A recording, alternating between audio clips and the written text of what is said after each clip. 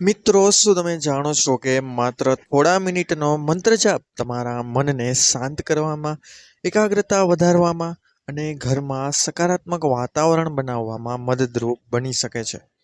પરંતુ અહીં સૌથી મોટો સવાલ એ છે કે મંત્ર જાપ કરવાની સાચી રીત શું છે? કયા નિયમોનું પાલન કરવું જોઈએ? અને મંત્રનો જાપ ક્યારે કરવાથી વધારે લાભ મળે છે? શાસ્ત્રો અને ભારતીય આધ્યાત્મિક પરંપરામાં મંત્રને માત્ર શબ્દોનો સમૂહ માનવામાં આવતો નથી, પરંતુ તેને પવિત્ર ધ્વનિ અને સાધનાનો એક શક્તિશાળી માધ્યમ માનવામાં આવે છે. મંત્ર જાપનો સૌથી પહેલો ફાયદો છે મનની શાંતિ. આજના સમયમાં આપણું મન સતત વિચારો, ચિંતા અને તણાવથી ઘેરાયેલું રહે છે. પરંતુ જ્યારે આપણે એક જ મંત્રને વારંવાર શ્રદ્ધાથી અને ધ્યાનપૂર્વક બોલી છીએ, ત્યારે મન ધીમે ધીમે ભટકવાનું ઓછું કરે છે અને એકાગ્ર થવામાં મદદ મળે છે. નિયમિત મંત્ર જાપથી વ્યક્તિને પોતાની અંદર શાંતિ અને સ્થિરતાનો અનુભવ થઈ શકે છે. બીજો મહત્વનો લાભ છે એકાગ્રતા વધારવામાં ફાયદાકારક. મંત્ર બોલતી વખતે જો આપણું ધ્યાન મંત્રના ઉચ્ચારણ અને અર્થ તરફ રાખવામાં આવે તો મનની ચંચળતા ઓછી થાય છે. આ કારણે ઘણા લોકો મંત્ર જાપને ધ્યાન અથવા સાધનાના ભાગરૂપે પણ કરે છે. ત્રીજો ફાયદો છે સકારાત્મકતા. વિચાર વધારા વિકસાવવામાં મદદ મળે છે. જ્યારે વ્યક્તિ દરરોજ થોડો સમય ભગવાનનું સ્મરણ કરે છે, ત્યારે તેના મનમાં ભક્તિ, વિશ્વાસ અને સારા વિચારો માટે જગ્યા બને છે. જોકે અહીં એક વાત ખાસ સમજવી જરૂરી છે કે મંત્ર જાપ કોઈ જાદુઈ ઉપાય નથી કે માત્ર મંત્ર બોલવાથી દરેક સમસ્યા તરત જ દૂર થશે. મંત્ર જાપનો સાચો હેતુ મનને શાંત કરવો, આત્મવિશ્વાસ વધારવો અને આધ્યાત્મિક રીતે વ્યક્તિને મજબૂત બનાવવાનો છે. હવે વાત કરીએ મંત્ર જાપના નિયમોની. તો મિત્રો, સૌથી પહેલો નિયમ છે શ્રદ્ધા. તમે જે પણ મંત્રનો જાપ કરો તેને માત્ર ઝડપથી બોલીને પૂરો કરવાની જગ્યાએ શ્રદ્ધા અને ધ્યાનથી બોલવાનો પ્રયત્ન કરો. બીજો નિયમ છે સ્વચ્છતા. શક્ય હોય તો મંત્ર જાપ કરતા પહેલા સ્નાન કરીને અથવા ઓછામાં ઓછું હાથ મોં ધોઈને સ્વચ્છ કપડાં પહેરીને બેસવું શુભ માનવામાં આવે છે. ત્રીજો નિયમ છે જાપ માટે એક નિશ્ચિત સ્થાન પસંદ કરવું. ઘરમાં એવી શાંત જગ્યા પસંદ કરો જ્યાં વારંવાર અવરજવર ન હોય અને જ્યાં તમે થોડો સમય શાંતિથી બેસી શકો. જો શક્ય હોય તો દરરોજ એક જ જગ્યાએ જાપ કરવો વધુ સારી સાધના બની શકે છે. ચોથો નિયમ છે સમયની નિયમિતતા. મંત્ર જાપ માટે સવારે બ્રહ્મ મુહૂર્ત અથવા સવારનો શાંત સમય ઘણા લોકો શ્રેષ્ઠ માને છે.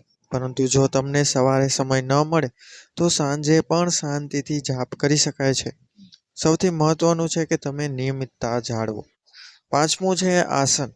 જમીન પર બેસતા હો તો સ્વચ્છ આસનનો ઉપયોગ કરી શકાય છે અને શક્ય હોય તો જાપ દરમિયાન શરીરને સ્થિર રાખવાનો પ્રયત્ન કરવો. છઠ્ઠો નિયમ છે મંત્રનું યોગ્ય ઉચ્ચારણ. ખાસ કરીને બીજ મંત્ર અથવા વિશિષ્ટ વૈદિક મંત્રોમાં ઉચ્ચારણનું મહત્વ ખૂબ માનવામાં આવે છે. તેથી જો તમને કોઈ મંત્રની સાચી ઉચ્ચારણ પદ્ધતિ ખબર ન હોય તો જાણકાર ગુરુ અથવા વિશ્વસનીય સ્ત્રોત પાસેથી શીખવું યોગ્ય છે. હવે સવાલ આવે છે કે મંત્ર જાપ કેટલી વખત કરવો? ઘણા લોકો 108 વખત જાપ કરવાની પરંપરા અનુસરે છે, કારણ કે જપમાળામાં સામાન્ય રીતે 108 દાણા હોય છે. પરંતુ શરૂઆત કરનાર વ્યક્તિ માટે 11, 21 અથવા પોતાની ક્ષમતા પ્રમાણે થોડા જાપથી શરૂઆત કરવી પણ સરળ રહે છે. સંખ્યા કરતાં નિયમિતતા અને ભાવનાનું મહત્વ વધારે છે. જો તમે જપમાળાનો ઉપયોગ કરો તો તેને પણ શ્રદ્ધાથી અને સ્વચ્છ રીતે રાખવી જોઈએ. મંત્ર જાપ કરતી વખતે શક્ય હોય ત્યાં સુધી મોબાઈલ, ફોન, ટીવી અથવા અન્ય વિક્ષેપોથી દૂર રહો. મંત્ર જાપને માત્ર મોઢેથી બોલવાની ક્રિયા માનશો નહીં, પરંતુ મંત્રના શબ્દો અને ભાવને મનમાં ઉતારવાનો પ્રયત્ન કરો. ઉદાહરણ તરીકે, જો તમે ભગવાનનું નામ લઈ રહ્યા હો તો માત્ર સંખ્યા પૂરી કરવાની ઉતાવળ ન કરો, પરંતુ ભગવાન પ્રત્યે કૃતજ્ઞતા, અને ભક્તિનો ભાવ રાખો. એક મહત્વપૂર્ણ નિયમ એ પણ છે કે મંત્ર જાપ દરમિયાન મન ભટકે તો નિરાશ થવાની જરૂર નથી. શરૂઆતમાં મન વારંવાર બીજા વિચારો તરફ જશે, પરંતુ ધીમે ધીમે અભ્યાસથી ધ્યાન પાછું મંત્ર તરફ લાવવાની ટેવ પડી શકે છે. મંત્ર જાપ કરતી વખતે ખોટી સ્પર્ધા પણ ન કરવી કે બીજાથી વધારે જાપ કરવાથી જ વધારે લાભ મળશે. આધ્યાત્મિક સાધનામાં સંખ્યા કરતાં ભાવ, નિયમિતતા અને સાત્વિકતા મહત્વપૂર્ણ માનવામાં આવે છે. જો તમે કોઈ વિશેષ દેવતાનો મંત્ર જાપ કરો છો, તો તે દેવતાની પરંપરા અને મંત્ર સાથે જોડાયેલા નિયમોનું પાલન કરવું વધુ યોગ્ય છે.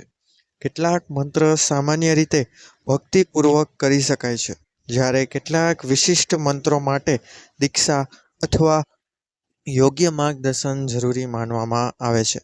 તેથી અજાણ્યા અથવા તાંત્રિક મંત્રો પોતાની રીતે શરૂ કરતા પહેલા જાણકાર વ્યક્તિની સલાહ લેવી સારી રહેશે. મંત્ર જાપ દરમિયાન ગુસ્સો, દ્વેષ અને નકારાત્મક વિચારોને શક્ય તેટલા દૂર રાખવાનો પ્રયત્ન કરો, કારણ કે જાપનો હેતુ મનને વધુ શાંત અને સાત્વિક બનાવવાનો છે. જાપ પૂર્ણ થયા પછી થોડા સમય માટે આંખો બંધ કરીને શાંતિથી બેસો અને ભગવાનનો આભાર માનો. આ નાની પ્રક્રિયા તમારા જાપને વધુ સુંદર આધ્યાત્મિક અનુભવ બનાવી શકે છે. સૌથી મોટી વાત એ છે કે મંત્ર જાપને કોઈ ડર અથવા અંધશ્રદ્ધા સાથે કરશો નહીં. તેને આત્મશાંતિ, ભક્તિ અને સારા વિચારો વિકસાવવાની સાધના તરીકે અપનાવો. જો તમે દરરોજ માત્ર 10 થી 15 મિનિટ પણ નિયમિત રીતે મંત્ર જાપ માટે કાઢો અને તેને થોડા દિવસો નહીં, પરંતુ લાંબા સમય સુધી જીવનનો ભાગ બનાવશો, તો તમને તમારા મનની એકાગ્રતા, શાંતિ અને આધ્યાત્મિક જોડાણમાં પરિવર્તન અનુભવાઈ શકે છે. અંતે મિત્રો, એટલું યાદ રાખજો કે મંત્રની શક્તિ માત્ર શબ્દોમાં નથી, પરંતુ તમારી શ્રદ્ધા, નિયમિતતા, ભાવના અને જીવનમાં સારા કર્મો કરવાની ભાવનામાં પણ છે. એટલે આજથી કોઈ એક સરળ અને તમારા માટે યોગ્ય મંત્ર પસંદ કરો. શાંત જગ્યાએ બેસો, થોડા ઊંડા શ્વાસ લો અને ભગવાનનું સ્મરણ કરીને જાપ શરૂ કરો. કદાચ થોડા દિવસોમાં તમને સમજાશે કે મંત્ર જાપ માત્ર ભગવાનનું નામ લેવાની રીત નથી, પરંતુ પોતાના મનની અંદર શાંતિ શોધવાની એક સુંદર યાત્રા પણ છે. અને મિત્રો, વિડીયો ઉપયોગી લાગ્યો હોય તો વિડીયોને લાઇક કરજો, તમારી રાય કોમેન્ટ બોક્સમાં જણાવજો અને એકવાર તમારા કુળદેવીનું નામ કોમેન્ટ બોક્સમાં અવશ્ય લખજો અને ચેનલને સબસ્ક્રાઇબ કરવાનું ભૂલશો નહીં. તો મિત્રો, મળીશું આપણે આવા જ નવા વિડીયો સાથે. ત્યાં સુધી બધાને મારા હર હર મહાદેવ. ધન્યવાદ. અસ્તુ.